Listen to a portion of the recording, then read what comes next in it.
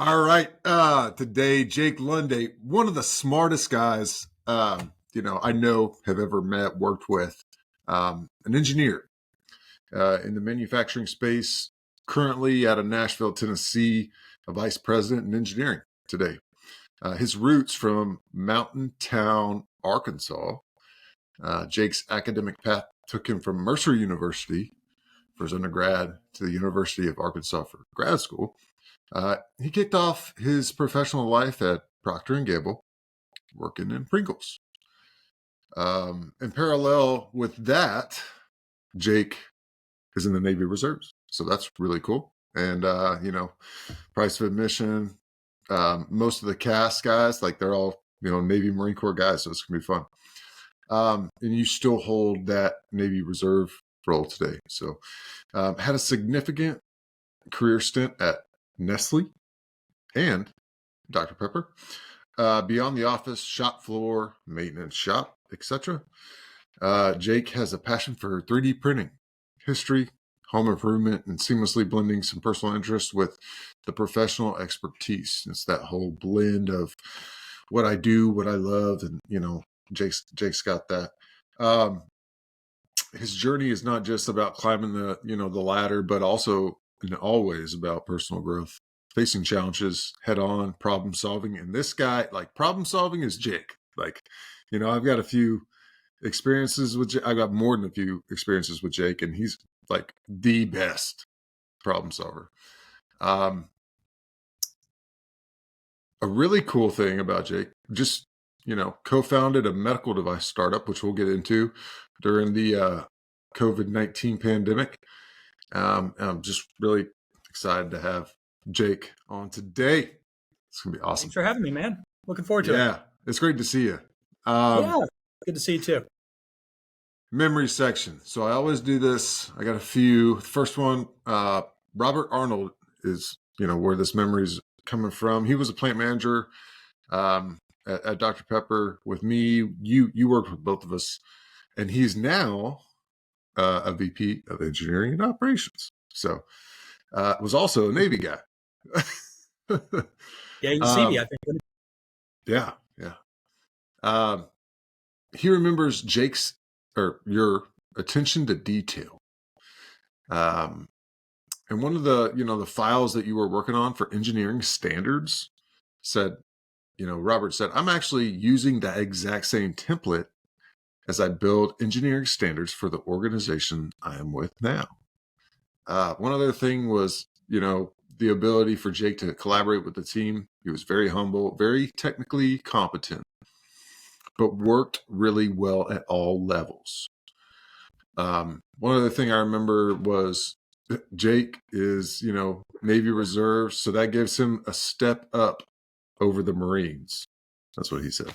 So his words, not mine. And I don't think he wasn't a CB. I think that was Dan. I think Robert was. I think he was surface warfare analyst, if I remember right. Now that I'm thinking about it, I can't remember offhand.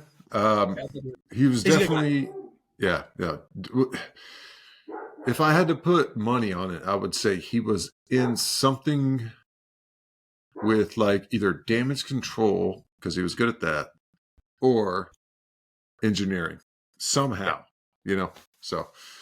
Yeah, I'm remembering this now. It's coming back to me. Yeah, I'm pretty sure he was. Yeah, that was his background. So. He was a great mentor of mine. I hope to get him on here one day too. Good. He's an awesome plant manager. Oh yeah. So Arno. I'm not going to try and pronounce Arno's last name, but he was a senior automation subject matter expert in the manufacturing space. Beverage, for any kind of carbonated soft drink company. If you've got a microblend, Arno knows every single thing about a microblend that you could need to know, right? Yep. Very just incredible expertise in that area, just across the board, the beverage space. No doubt. And he would always pick up the phone. It was almost, hey, maybe I get Arno on here one day too. He said Jake is great. He also knows has a lot of passion for 3D printing in the manufacturing space. Lance Brown, who was pretty much a a CI professional, a continuous improvement professional, and then he became a maintenance manager in one of the biggest coffee plants in the KDP organization. He said, Jake is definitely one of the best engineers I've had the opportunity to work with. Technically, extremely knowledgeable, but also smart enough to engage people on the manufacturing floor to get their input. He doesn't just make decisions from behind his computer. ShamWow. And Lance is a great guy. He's got such an awesome background, and it's interesting to have somebody with his background, like continuous improvement, go run a maintenance department that size, right? Yes. And what was effectively still a new plant. It had been around for a few years, but it still had it was still going through a lot. So he did really great with that organization. Yeah, no doubt. Much respect. So the next guy, Dan Graham. Dan Graham was a VP of operations, over multiple plants. I got a lot of respect for that guy too. Just, never worked for the guy, but like in my interpersonal, interactions, I was like, okay, he's real. You know what I mean? He's not blowing smoke or anything like that. He said this, and this is a standout. Jake is the most intelligent maintenance leader I have ever had the opportunity to meet. That's a big thing. Like when I read that, I was like, boom. And he's right.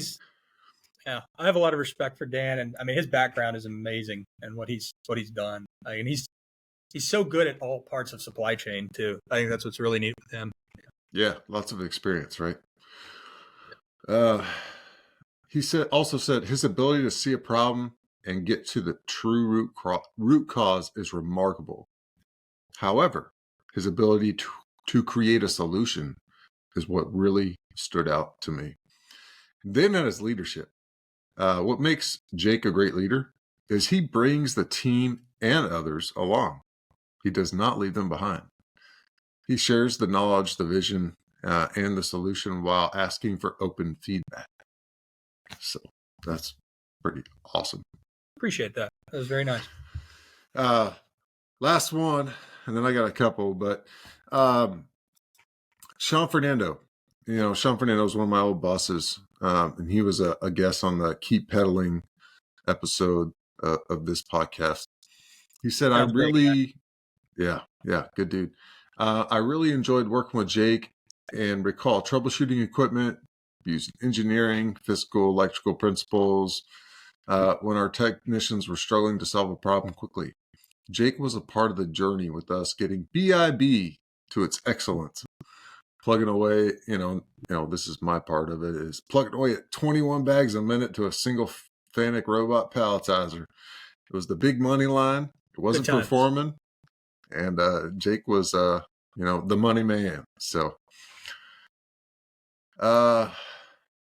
he said it was also a fun journey solving lime and lemon shrinkage with physical principles. That's bringing back bad memories right there. That was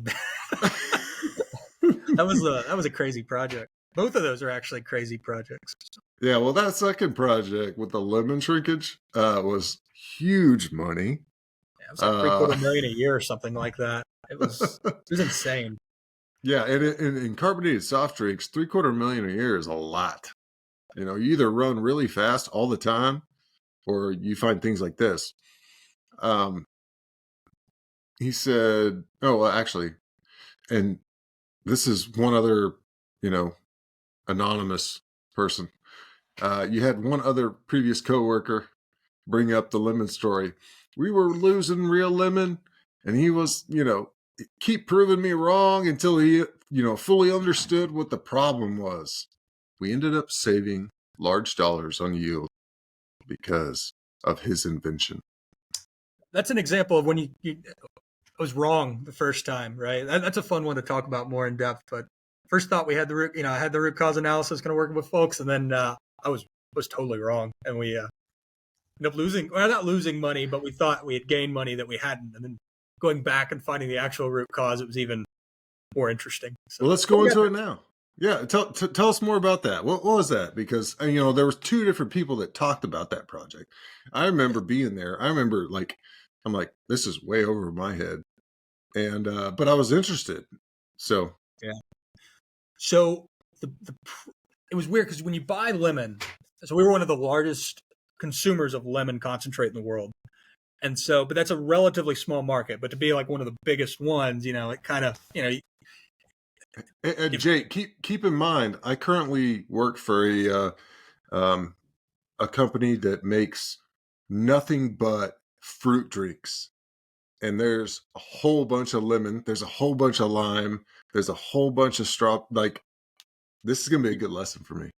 yeah, it's an interesting one. So I had to think. So we were losing a lot of lemon concentrate, at least on paper. And so it was okay, let's do a root cause analysis. And when you get into it, um, going out there, climbing on the truck, seeing, okay, what's actually come in and what's still left on the trucks. There wasn't that much left most of the time. It was the heel of the tank, not much. It's like, okay, there's no way we're losing, high single digits of the lemon concentrate coming in. So where the mistake was, I thought that our silos, the silos we were keeping them in, were using pressure transmitters, and basically Yep. looking at the static pressure, the diameter of the tank, and then back calculating out what the volume would be, right, based off of the density of the lemon.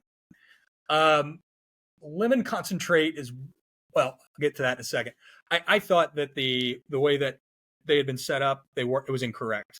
And it wasn't the most accurate anyway because of drift of the transmitters and all this other stuff. So we actually had Coriolis effect mass flow meters at the unloading station. And those things are incredibly accurate, especially the models we had. And they're really awesome. If you've ever used them, they basically, the Coriolis effect, if look, it's an interesting effect, right? It's partly why hurricanes spin the way they do.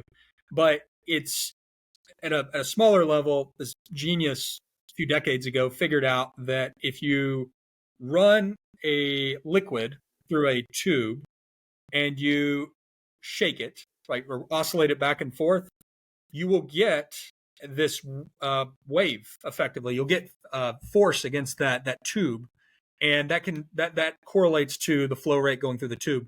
So if you ever want to try it yourself, if you go out and run a water hose and like droop the water hose down, where it's kind of in the shape of a U, start flowing water through it, and then move the hose back and forth like this, you'll get the same effect, and you'll feel it with your hands. So the way a Coriolis effect flow meter works is it's got pressure or force transducers there. So it's actually load cells.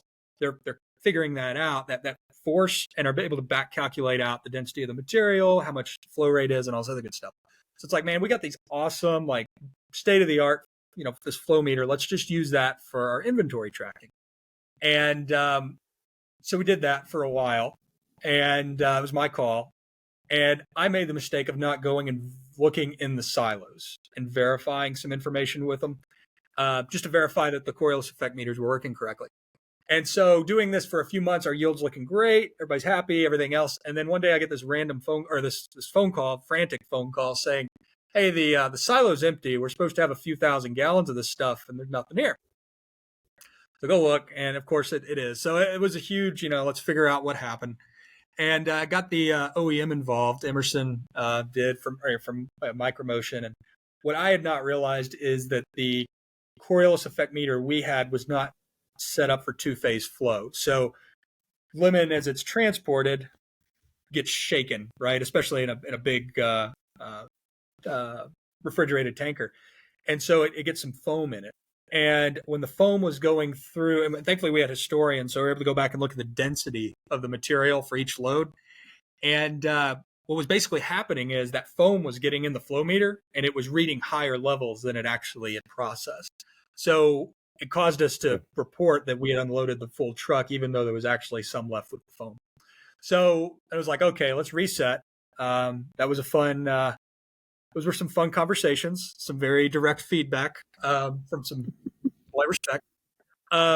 But I got the team together again and started looking at it more. The root cause ended up being something kind of interesting. So we started weighing trucks to verify what kind of got on and off the truck. And I actually visited the OEM site, and it was interesting. So there were a couple things that were going on. One was we were buying the material in gallons. Well, lemon concentrate changes density with temperature, just like any liquid. Pounds and temperature. Pounds and temperature. So what we were doing was we were loading at one temperature and taking that, and it was actually being converted with the sugar bricks table, which is a whole other thing. And basically using this conversion factor to say, oh, this many pounds is actually equal to this many gallons, which in most circumstances is fine for like bench level R&D type testing. That's how the R&D labs usually handle this stuff. But when you extrapolate that out over, tens of thousands of gallons, you end up losing a few gallons. And when you're talking about something that pricey as lemon concentrate, it adds up. So we were basically buying. It was a phantom buy. We weren't actually getting it in the terms of the gallons. We were buying the pounds we thought we were, but all our procurement contracts were set up in gallons. And then there was also the piece with foam. So foam was an impact, and it had a limiting factor on what we could get out. And there ended up being some microbial. You couldn't use water to really cut it down. There was, it was an inherent loss in the system, right? Yep. But what we ended up doing is converting our procurement practice to pounds. And a lot of the problems went away, right? Because you were buying what went on the truck, and that if you weigh on a calibrated scale on the East Coast and you transport it all to the Rockies, go to a calibrated scale, you're still going to get the same net weight. So it got rid of that whole weird conversion factor with sugar tables and temperatures, right? And that involved getting into some really interesting white paper studies that got into what is lemon concentrate density as a function of temperature and the different concentrations and everything. But we got that fixed. And then on top of that, had a great team there on the operations side that ended up optimizing for individual crop characteristics. So it was more of a training, situation where, every crop, if anybody that's worked with fruit and vegetables knows every crop is different, right? And so training the teams on how to create a batch that takes it, into account those crop characteristics can help make sure that you're getting the right yields out of everything. And we had a great team there that took both of those lessons and implemented them and had great success. But there was definitely that was an example of where, I think you've solved something, but you really haven't. So. Yeah. But at the same time, like, the team could do all these things, but Jake figured those things out so we could actually, have some direction with it, right? I think so. It was a good team. It was a really good team. So, thankfully, everything worked out really well there, and I learned a lot more about lemon concentrate than I ever thought I would. So, well, hopefully that helps you out again somewhere down the road. Hopefully. And I'm definitely gonna, that part of the cast, I'm gonna go back and listen to it and be like, okay, how can I apply this somewhere else? It was a painful lesson, so hopefully it does come into play later in life. So. For sure. All right. So for me, I remember Jake on the Vario line 2 glass. What do you remember about the Vario line? Tried to block it out. Now that was when you run cheap glass through a Vario line, it is a booger. It is. That was an interesting one because you were dealing with a lot of German technicians, and for them, they would say something to the effect of, "Well, the part's not here, or the glass doesn't meet our spec. You'll just have to shut down for a couple weeks." And it's like, no, that doesn't work in our industry. Yeah. So, having those conversations and getting their buy-in, even with the language barriers, that sticks out quite a bit. That was a fun one, but I think we ended up making some good headway there. It just, like you said, that was one of those examples where, you got to make sure you got your PMs right. You got to make sure you got all your center lines and everything right, but you also have to feed it proper material, right? The material's got to be in spec, especially for equipment from Crohn's, right? They are laser focused on raw material specs and designing only for those and not deviating. So you don't have much leeway and keeping that in mind. So, but good times. I remember a few times where I was like, Jake, I need your help. I can't do it. I don't understand this. It's not working. and you always, had that problem-solving hat on and found a solution. So I appreciated that. Yeah, Bakari You did a also, really good job with that line. He'd made a lot of good improvements there, and I think with his mechanical background, he did a lot of really great work there, and that really helped a lot. yeah, solid guy for sure. You also, on that line, spearheaded a smart bottle technology. So you worked with a local college, with some interns, and came up with basically a sensory bottle that went through the line and showed where the risk was for breakage. Yeah, and in the food and beverage space, that's something that's become more common. So, like when I was at Nestle, there were actually professors, I think it was University of Michigan, that they had ended up commercializing a smart apple. So that's kind of where that idea was inspired from. So the idea behind a smart apple was you wanted to control bruising when you were unloading produce and taking it through a processing wash cycle, all that other good stuff. And they had developed the smart apple you could buy, and it had all the little sensors inside of it and everything, pressure transducers and accelerometers, and you could get some interesting data out of it. So this we had a really good partnership with the it was University of Texas. They had a senior design program for their engineers. So that was one of the projects that a team did. They developed the bottle, and that worked. It was a great way to find where there were problems in the line. If you got it run through right, just like any of these other, like the smart apple. So no, it was a good breakthrough moment for me. I was like, all right, I'm not crazy. These bottles are trash. So they were, and that was a great example of where raw material issues predominantly the issue for some production lines, and it's one of those things you have to focus on. You have to be careful not to always blame raw materials. You got to say, what's internally controllable, what's outside of the plant's control, and how do they influence it. That particular example, though, was definitely where raw material variation it was key to driving breakthrough results. And anybody in the supply chain, I always encourage them to look at that. Bad glass on a 100 valve filler at 720 bottles a minute.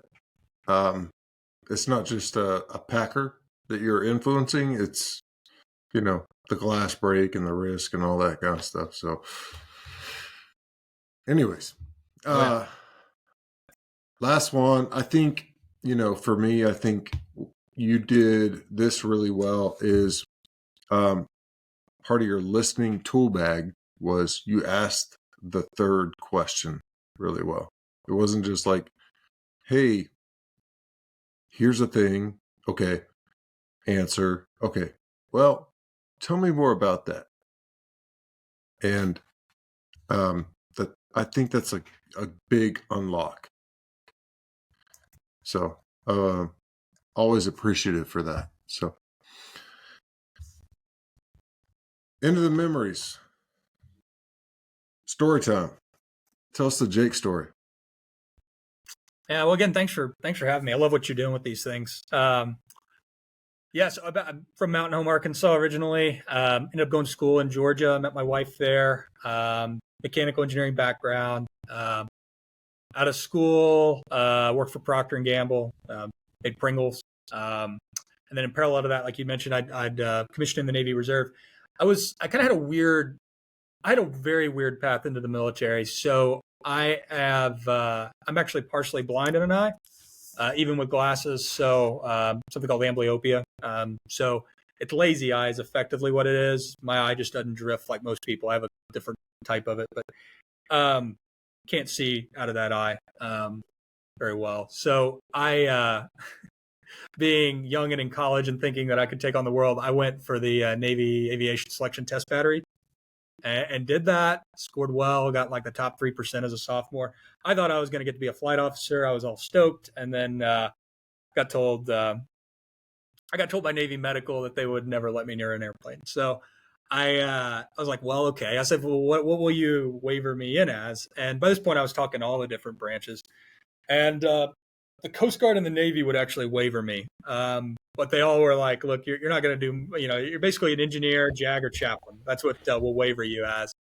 And I was like, well, I'll just go ahead and start a civilian career and in parallel join the engineering corps. So ended up joining the engineering duty officer side. What made you want to join the Navy? Well, I was looking to join any branch, to be blunt. Like at the time, I wanted to finish my degree, kind of, it was obviously after 9/11 and stuff. And that was a big part of it. My grandfather had been in the Navy during the 50s. So it was kind of a natural fit. My other grandfather was in the Army. So like I said, I looked at all the branches. The Marine Corps recruiter cracked me up because I immediately, when they saw my eyesight thing, they hung up on me, which was pretty funny. I still remember that one. But it was it was definitely an interesting path. So it took me, what was that, 3.5 years from when I first talked to an officer recruiter to whenever I got commissioned, because of the waivers and everything else. So definitely a different path. I had actually, so either way, started civilian career, and then a year later got commissioned. So engineering duty officer, and began that qualification process as a reservist. And then P&G sold Pringles and ended up, I applied to Nestle and ended up at Nestle making Gerber baby food. Did a brownfield startup there, new infant cereal plant, which was a lot of fun, plus a bunch of other stuff. That was a fun plant. Ended up getting promoted to a maintenance manager role there. And had tons of fun projects there, everything related to safety improvements, food safety projects, improvement projects, new capital installation. It's a great place. Nestle is awesome, an awesome company, and really was a great training ground. Ended up, like I said, running a maintenance department there, about 80 to 90 folks. 11 direct reports in that case, and it was like 4 factories under one roof. So we had aseptic operations, glass operations, and cereal, meat processing. It was a lot of stuff. And then Nestle had this weird rule that it's a very segmented company. So to transfer to another division would have been like being an external hire.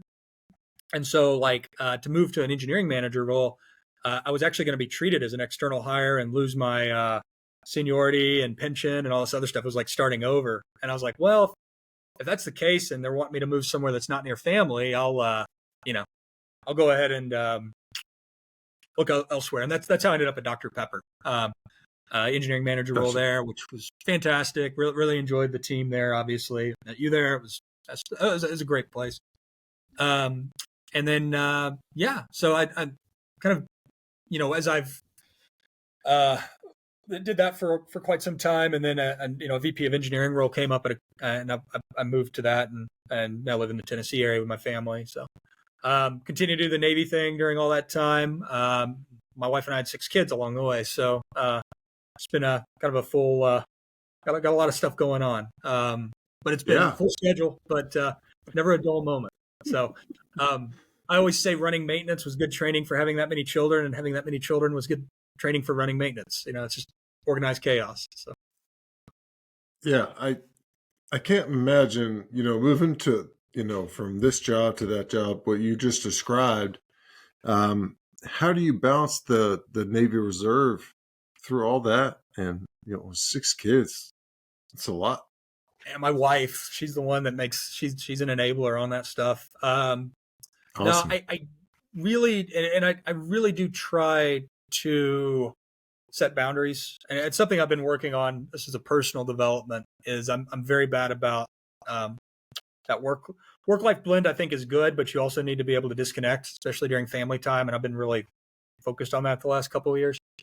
Sure. Made some progress there, which is good. And then on the Navy side, again, I've been fortunate. The units that I was part of and ran had a great chief's mess. The unit that I ran a maintenance unit for about 3.5 years. And I had a great senior chief and quite a few chiefs. Ended up about 20% of the unit got promoted E7 and above over a few years. So had a really solid bench strength sailors there, which helped. Obviously, they if you've got a solid chief's mess, yeah, then you're unit good. rent. Yeah. You can kind of walk around all day if the chief mess is good. Yeah, and just helping them with any roadblocks they run into, but they were proactive and good about building up their junior sailors. So, that'd be it. But again, my wife is the only reason that we're able to do everything our family does. I'm very appreciative of that. Awesome. Your attention to detail, with your meticulous approach to things, in your process of changing jobs, the transition, was there a certain thing that stood out to you when you transitioned in each job? Yeah, for me, something that's critical when you're moving is to a new role is, especially if you're in manufacturing supply chain, but I would say any role is learning that business and floor training. So I'm a big proponent of being able to know how to do the roles on the floor. And that's gotten me into trouble before because I've gotten roped into actually running production a few times. Whenever there's been, people staffing shorthanded, which is fine. Sure. Yeah, exactly. But you learn how things are actually happening. You learn the people. You learn how what needs improving, what can use assistance, how things are really done, and that's huge. I'm very one thing I've had to implement for myself is a to-do list. I know you do the same thing. You walk around with the notebook, right, and write down things. I've had to do the same thing. My handwriting's not as good as yours, so I track mine in Excel. But that's key for me. I have to sit back at least once a week and go through that list and make sure what things aren't falling through the cracks. And not perfect, but I've found that that's really helped. So. Gotcha. So for you, I think of Jake as a really good dude and an engineer. So that's I think it's a rare combo because a lot of times you'll be like, there's an engineer that doesn't really have that floor presence. So for you, what's your secret sauce on being a good dude and an engineer? I've got plenty of room for improvement in that area, but I appreciate that. That's very kind of you. I would say one thing that really influenced me is my grandfather and my dad. My grandfather was an electrician at International Paper, and in maintenance, obviously one of their biggest sites. One of his claims to fame was one of their largest sites he took from relay logic to PLCs back in the 70s. So 80s, he had done a lot of those conversions. And my dad is a maintenance guy, pharmaceutical device manufacturing. Done pretty much every job and worked his way up to a maintenance supervisor. Growing up from both of them, I got to hear about terrible engineers and awful managers that didn't know how things were actually working, right? And yeah, sounds like the Ivan episode. Yes, so far. Yeah. And so that really had a big impact on me because I saw like what my dad or grandfather having a great boss look like and what not so great bosses look like. And same thing with engineers they worked with. And so, that's one of the things that really influenced me. I always wanted to make sure that I'm somebody that, folks within the operations feel like they can trust and rely on. And, that's carried over, I think, into the Navy side for me too. I've been working on, a lot of projects with the Navy and, I'm a lieutenant commander and I'm going on a ship and I'm out there taking measurements and getting, getting on the deck, working on reverse engineering stuff, and a lot of times enlisted sailors are confused by that. But Yeah, that's a good thing. yeah, and I always talk to them about why I'm there, how this is going to help them, and everything, and Yeah, the why. why, right? But then Yeah, I also mean, especially with this generation, like they need that why oh, they do. Oh, for definitely. sure.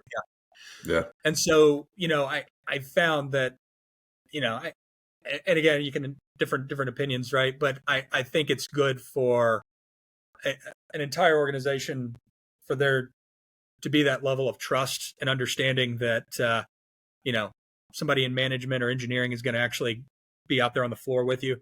I think I'd read, once, the Toyota CEO, they were interviewing an American car maker and the Toyota CEO, and the American car maker met with them, at their corporate headquarters, this magazine, and the Toyota CEO met with the magazine at the floor, one of their factories, and he was suited up in coveralls, getting ready to go see one of the robots that had been installed and talking with the folks on the floor. And they were kind of talking about just the difference in culture that the organizations had because of that. And that's always kind of stuck with me, that's really how leadership should work in an operational environment. And I try to live that out. Not always the best at it, but I try. ShamWow. All right, so next question is Dan Graham. He mentioned you as, the most intelligent maintenance leader that he's ever met. What was one of your biggest challenges that you had to solve as a leader in maintenance? Maybe one that you were most proud of? Yeah, that's a good one. So it's very kind of him to say that. I again attribute anything I'm good at with maintenance. I go back to my dad and grandfather. And again, it goes back to, I still remember being 3 years old and getting drug into a plant to learn what a boiler was. Right. So 3 years old? Yeah, I believe that's one of my earlier memories. Nice. So, I can't remember anything before like maybe 10 years old. So that's good. What? Oh, Yeah. no, I I got remember. CTE. There you go. There you go. Yeah, no, I remember that. So I've been kind of, I just learned a lot of that stuff early on. My dad built houses growing up. That was my summers with him, learning how to do that stuff. So it's kind of influenced how I approach that stuff. One of the cooler projects was actually implementing TPM. And this was at Nestle. Again, great team there. We had some sleeving machines, and we had not implemented TPM yet, but those things were boogers. That my Was it wife would say, Fuji? yeah, they were. All right. And Fuji's come a long way. Their design iteration, they're getting better and better. These were, it wasn't all equipment related. This was people related as well as raw material related. It was just kind of across the board. It was a newly commissioned line, and how do I say it? It was a tinkerer's dream, right? There were like 100 adjustment points on that thing. So we had about between two lines. I we had remember. about 800. Oh yeah. They're good machines. It's just you got to run them right. And treat them right. But we had about 800 hours of downtime on two of those machines a year. And we did, that was one of our first TPM lines, pilot lines, and did the deep clean on it, center lined it, got the CIL boards right, got the PMs updated correctly. And we went to 200 hours a year across the two machines. So about a 75% improvement on downtime. It was a big reduction, down to 25% of what it had been. So, and a lot of that was really training of the maintenance personnel as well as the operators, and enabling those operators to get to the next level of not just button pushers, but they could do the basic every shift maintenance, the cleaning, right? How to clean photo eyes correctly. Don't throw alcohol on it. Those kind of things, getting them set up and trained. In my early career, I was all about poke yoke. Let's take the training out of it. And the like, as I get older, I'm thinking like training's where it's at. It is. It's, like with anything, like, so if you're trying to think about poke yoke, then you've been trained on poke yoke. All right. So what can that training at the floor level actually do? It's so powerful. It is, especially once you get buy-in from folks, because that's the key, and that's part of building that trust, with folks, but also to get that feedback, so you know what actually is going on. Yeah, I still remember, and this is another example of why you always listen to everyone. I think it's the right way to approach people and treat people. From a religious background, I feel like I feel like you should treat people well. But even if you're just looking at results, it matters. So we had a case packer that our largest customer was complaining that the cases were coming apart. The glue was coming apart, shutting down their distribution centers, and it was a mess. And so I that was when I was running maintenance. So worked with the ops leads, and we put together a team, basically a small Kaizen team, and say, all right, guys, go brainstorm this, figure it out, let's test stuff. And they came back to us. And they were like, here's all the ideas that were thrown out there. And one of them was the night shift operator said, you know what? The blue cases don't seem to glue as well as the rest of the cases. And we ran like red, blue, craft, yellow, all this other stuff. And I was just sitting there and I was like, there's no way that it's the color of the case. But I said, we were going through everything. And I'm like, that's just what I thought internally. I'm like, there's no way. But I said, yeah, it's like that's where the magic happens, though. Yep. So we engaged the glue manufacturer supplier, and they did chemical testing on all of their dyes with our paper and glue, our corrugate and glue, and come to find out the blue ink had a detrimental effect on the adhesiveness of that particular glue. And so, we got the associate recognized and everything, and we went to a different glue, but it was powerful because that solved, our very large customers, one of their biggest complaints that had not only shut down their business with us, but it shut down DCs that stopped everything moving for hours on end. So, so that's, again, that floor presence, talking to people, treating people with respect, and being open-minded about root cause analysis is key. So. Yeah. So in that example, you were a disruptor and kind of disrupted the upside, the top side of the, whole supply chain, but it helped the team and the company probably came out on top. Oh yeah. No, it was a big win, and it led to some new standardization and everything else. So, yeah, but it was for sure. That was a fun little, and again, that was one I wasn't neck deep in. I was more of, championing the team, right? And what they kind of came back with. And they had some great ideas. But the biggest one ended up being the one that at first I was like, there's no way this is it. But we'll test it, but there's no way, So. Oh, man, that's a gem right there. Like, that stuff gets me motivated. So, biggest personal growth moment for you? Ooh, that's a lot. I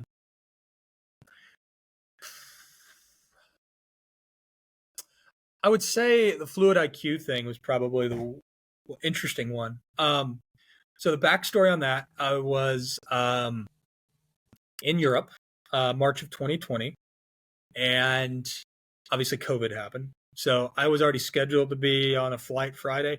Turned out it was like the last flight out of Madrid, going back to the States. Get back. Obviously, that's, again, March, like, whatever that was, 4th, 2020 or whatever. It was right when things were really getting real, and nobody, everybody's kind of scared. But it was still to the point that I had free reign of the airport, right, which was kind of weird. Got home and was told to go into quarantine for 2 weeks. So, my wife, we had a master bedroom and bathroom suite and everything in that house, and it was the last part of the house that we had not remodeled. And so she was like, "You're remodeling that while you're in quarantine." So I'm like, "Well, go ahead and push food up to the door, And all the painting and plumbing supplies, everything else I needed, I had it in the garage. So she did that, and then I kind of went to sleep that night, and that was when we thought we were going to run out of ventilators. That was kind of the thing everybody was scared about, and I was like, it was kind of this weird feeling of like helplessness. I can't do anything about this. I'm stuck in quarantine. It's just now starting to lock down. I think we're going to run out of ventilators. I wish I could help. And so I woke up the next morning and I read where a group in Italy had 3D printed some parts for repairing a ventilator. And I thought, well, that's cool. And obviously I've dealt with 3D printing a lot. So I asked my wife to push over the 3D printers from the garage to the door, the bedroom, and I got them set up. And then while I was remodeling, I had Guardians of the Galaxy playing, watching those. Nice. And and then was kind of thinking through, okay, well, what would be a 3D printable ventilator? So kind of back and forth, looking at stuff, doing some old research on old technology with fluidics, and ended up deciding that it could work with a fluidic amplifier. There used to be some respirators that were based off that technology, so started drawing them up, designing them, 3D printing, and set up my own little test slung, built one out of a balloon because, of course, you couldn't get stuff at the time. And parallel doing the remodeling and all that other stuff, and kept iterating. And on the 35th attempt, I got something that actually worked. It oscillated like a ventilator would, and was trying to get attention with the thing. And it was just a crazy time because all the medical folks were swamped, and I didn't know anything about how to get this involved, where it needed to be. So I was reaching out to all points of contact that I might have. And a Navy buddy of mine actually was like, hey, I read an article about another group that was 3D printing a ventilator. Maybe you should reach out to these guys. So I did, and ended up being some very like-minded engineers. Same thing. They were stuck in lockdown, and we had actually stumbled upon the same concept.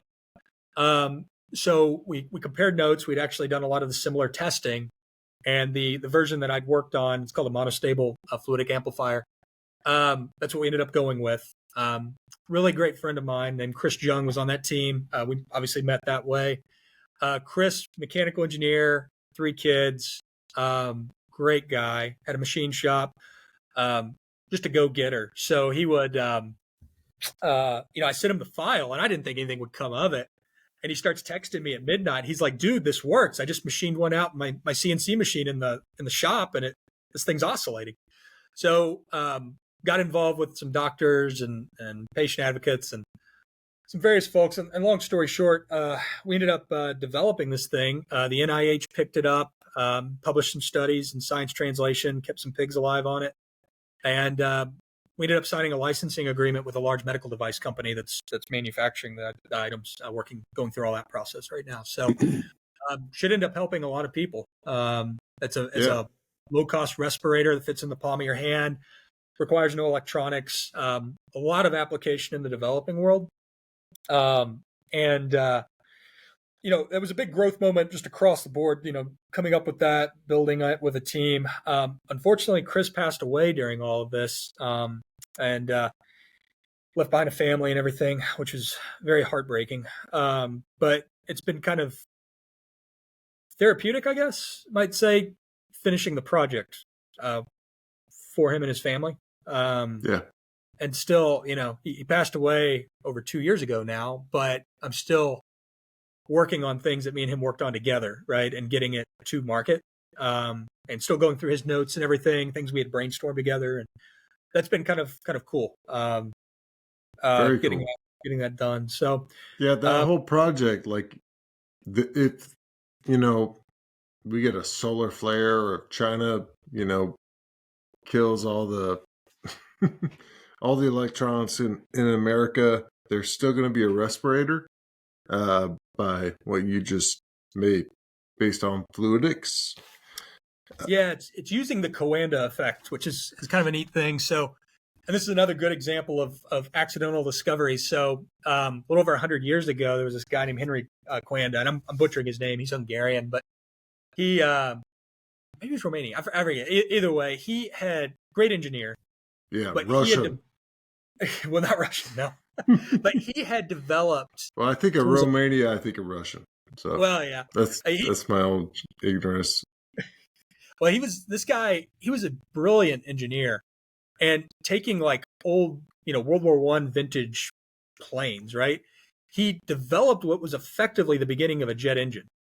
Um, and he was flying it, and it caught fire. And so he landed and he survived, but the project got abandoned because of that. And it took him decades, but he finally realized that it was the Coanda effect had caused the plane to catch fire. And what it is if you have this fluid, right? Gas, liquid, whatever, going past a surface, a curved surface, especially, the fluid will tend to go around it, or not go around it, but it will follow the surface. So if you ever take like a spoon and you put it under water that's dripping out of or flowing out of a faucet, you'll see how the water will follow the curvature of the spoon. It comes into play with airfoils as well.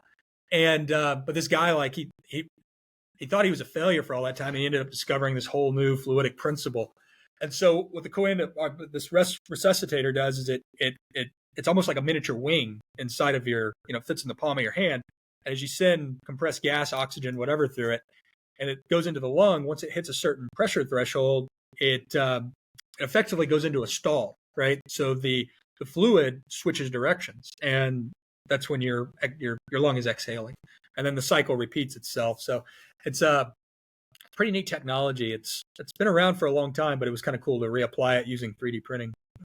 Man, Jake, I got to get you on for a second episode at some point. Like, we talk fluidics. I can talk about that all day, but it's a pain too, though, because I'm just, me thinking about from what you're talking about so far. It's just like, dude, Tony be a sponge, because this guy is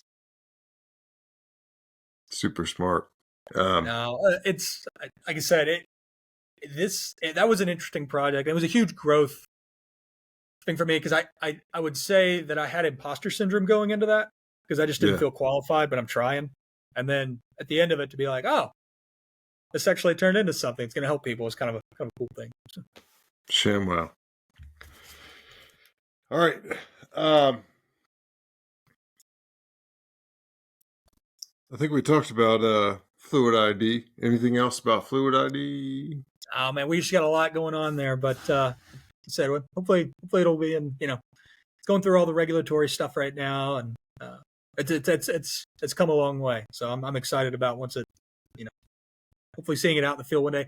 Especially, I'm hoping to see it in the developing world, because that was something that was really eye opening to me. Is in the developing world, they'll get, they'll have critical care ventilators donated to them, but they can't run them because they don't know how. They don't have the training. It goes back to our conversation earlier. Whereas this thing is pretty close to pokey-yoke as you can get, because there's very few settings on it. It automatically oscillates. So you should listen to the Ross and Aaron A podcast I did.